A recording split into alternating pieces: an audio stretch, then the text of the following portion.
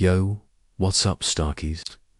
You're tuned in to Starky Stories, the realest spot on YouTube where stories hit harder than real life.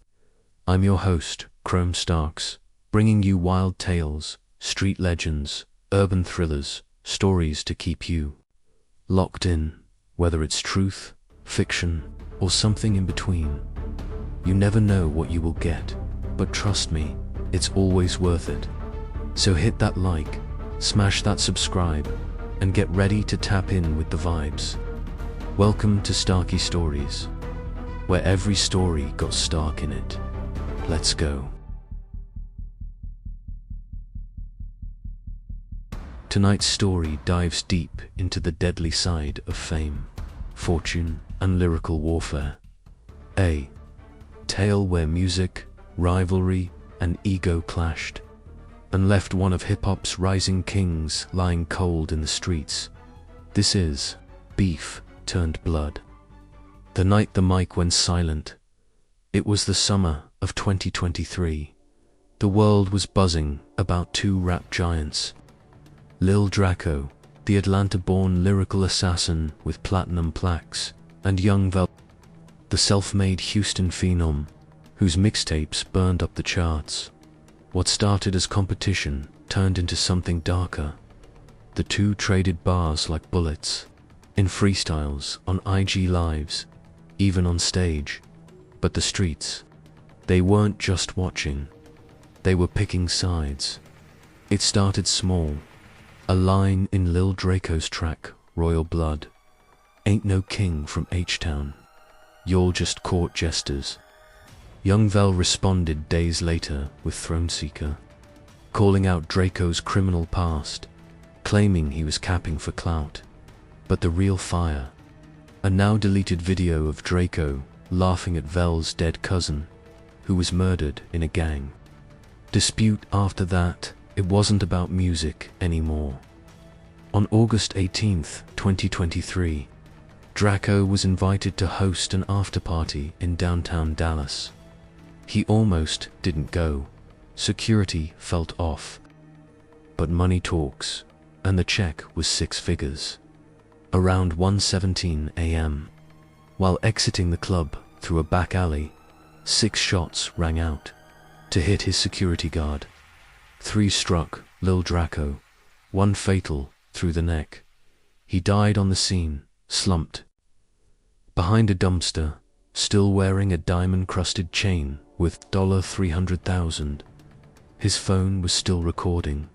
Within hours, rumors exploded online, comments flooded in, theories, live streams, even fake confessions. But one name kept coming up. Young Vel. Detectives traced a burner phone used near the crime scene back to one of Vel's cousins.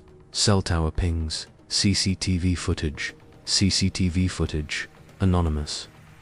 Tips. It wasn't long before Vel was arrested, but not for the murder, weapons charges, parole violation.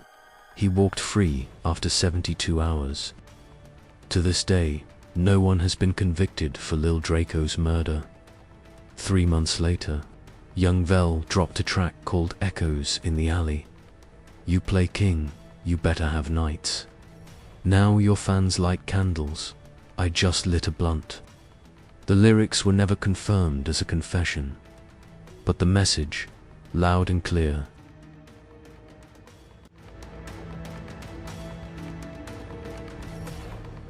Davon Bennett, better known as King Von, was raised in the deadly streets of Chicago's O Block, one of the most notorious blocks in America. Before he touched a mic, Von was already a legend in the streets. Arrests, shootouts, survival. He was no stranger to war. But when rap entered the picture, everything changed. By 2019, King Von had gone from facing murder charges to signing with Lil Durk's OTF label, building a career that was about to explode. His storytelling, gritty, his presence, electric, but his past, it never let go. It was November 6, 2020. Von had just released his album, Welcome to a Block. The celebration was on in Atlanta. Drinks, music, and VIP parties. But somewhere in the night, something shifted. Outside Monaco Hookah Lounge, tensions were brewing. A crew from Savannah, Georgia had pulled up. Among them, rival rapper Quando Rando, an affiliate of NBA Youngboy, with whom Von had ongoing beef. Cameras caught it all around. 3:20 a.m., Von spotted Quando. He approached, no words, just fists. A scuffle turned, street brawl, then gunfire. The first shots came from Lul Tim, Quando Rando's close friend and alleged shooter. Von was hit multiple times. Friends tried to drag him to safety, but the scene was chaos. Security guards fired back. Cars peeled out. People screamed and ducked for cover. Within minutes, Von was rushed to the hospital. He died in surgery at just 26 years old. Lul Tim was arrested shortly after, charged with murder. But in the streets and online, opinions were split. Von hit first. Lul Tim was just protecting his man. Others said they came looking for trouble. And Von paid the price. Quando Rando later performed a controversial tribute. Meanwhile, Lil Durk mourned in silence, dropping cryptic lyrics, cancelling shows, and never fully recovering from the loss. King Von was laid to rest in Chicago.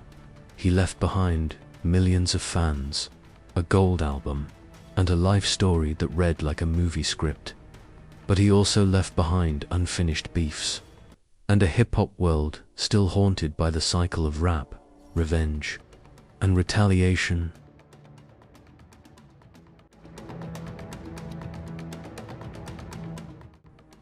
Born in Plantation, Florida, XXXTentacion was a storm of emotion, talent, and controversy.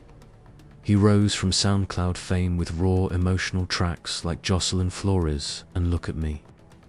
By 2018, he had the world's attention. Fans saw him as a tortured genius. Critics saw him as dangerous. He had a history of violence, domestic abuse allegations, and a list of enemies. But in his final interviews, he spoke of change, of healing, of being a better man. And then, on June 18, 2018, it all came to an end. That afternoon, 30 drove to Riva Motorsports in Deerfield Beach, Florida. Not for a party, not for a show, but to look at motorcycles. He was wearing designer clothes, a Louis Vuitton bag, and carrying over $50,000 in cash. He wasn't alone, a friend was with him. But no bodyguards, unbeknownst to him. 4 men had been watching. Surveillance footage later showed a black Dodge SUV trailing his car into the dealership lot. It was a planned ambush at 3:56 p.m. As X pulled out of the parking lot, the black SUV blocked his car. 2 masked men jumped out, armed, aggressive, yelling for the bag. A struggle ensued. And then 3 fatal shots were fired. XXXTentacion slumped in the driver's seat, bleeding, dying. The men grabbed the Louis Vuitton bag and sped off. By the time paramedics arrived, he had no pulse. He was just 20 years old. It didn't take long. Within 48 hours, police had suspects. Dedrick Williams was arrested, first caught via surveillance footage, buying a black mask just hours before the killing. Michael Boatwright, believed to be the triggerman. Trayvon Newsom and Robert Allen were also charged. Cell phone pings, witness statements. It was a slam dunk case. In 2023, after a long trial, 3 of the men were convicted of first-degree murder and sentenced to life in prison. Robert Allen, the lookout, took a plea deal and testified against the others. The world mourned. Fans flooded social media.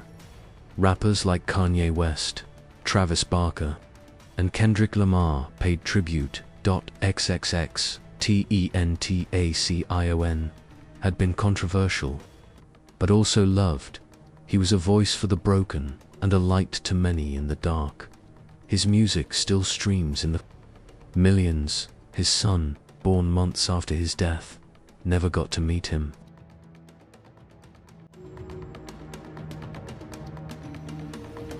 Tupac Amaru Shakur wasn't just a rapper, he was a revolutionary.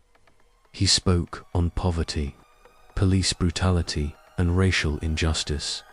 He was a poet, a voice of the streets, a man who walked with fire in his soul. But with fame came danger. Tupac was shot 5 times in 1994 in New York and survived an attack he blamed on rivals in the industry. From there, the East Coast-West Coast beef exploded, and Tupac took the war personally. By 1996, he was signed to Death Row Records under Suge Knight, and he was more aggressive, more paranoid, and more famous than ever. September 7th, 1996. Tupac arrived in Las Vegas to watch a Mike Tyson fight at the MGM Grand. He was riding high, dressed in Versace, flaunting jewelry, moving with Death Row's entourage. After the fight, Tupac and his crew got into a brawl in the hotel lobby, jumping a man named Orlando Anderson, a suspected Crip. Security footage caught the whole thing. A few hours later, Tupac and Suge Knight left the hotel in a black BMW. They were headed to Club 662, a death row party spot, at 11:15 p.m. While stopped at a red light on Flamingo Road, a white Cadillac pulled up beside them. 13 shots were fired, for hit Tupac 2 in the chest, 1 in the arm, 1 in the thigh. Suge Knight was grazed but survived.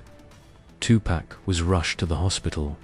He died 6 days later, on September 13th, 1996, just 25 years old. The Vegas police investigation. A mess from the start. Witnesses were uncooperative. Security footage disappeared. Suge Knight claimed he didn't see anything. Orlando Anderson, the man Tupac had jumped that night, was the prime suspect. He denied everything in 1998. He was killed in a shootout unrelated to Tupac's case. No one was ever charged. Over the years, countless theories surfaced. Did Death Row Records set him up? Was Biggie Smalls involved? Did the FBI know more than they admitted? Some even believed Tupac faked his death. For 27 years, the case went cold.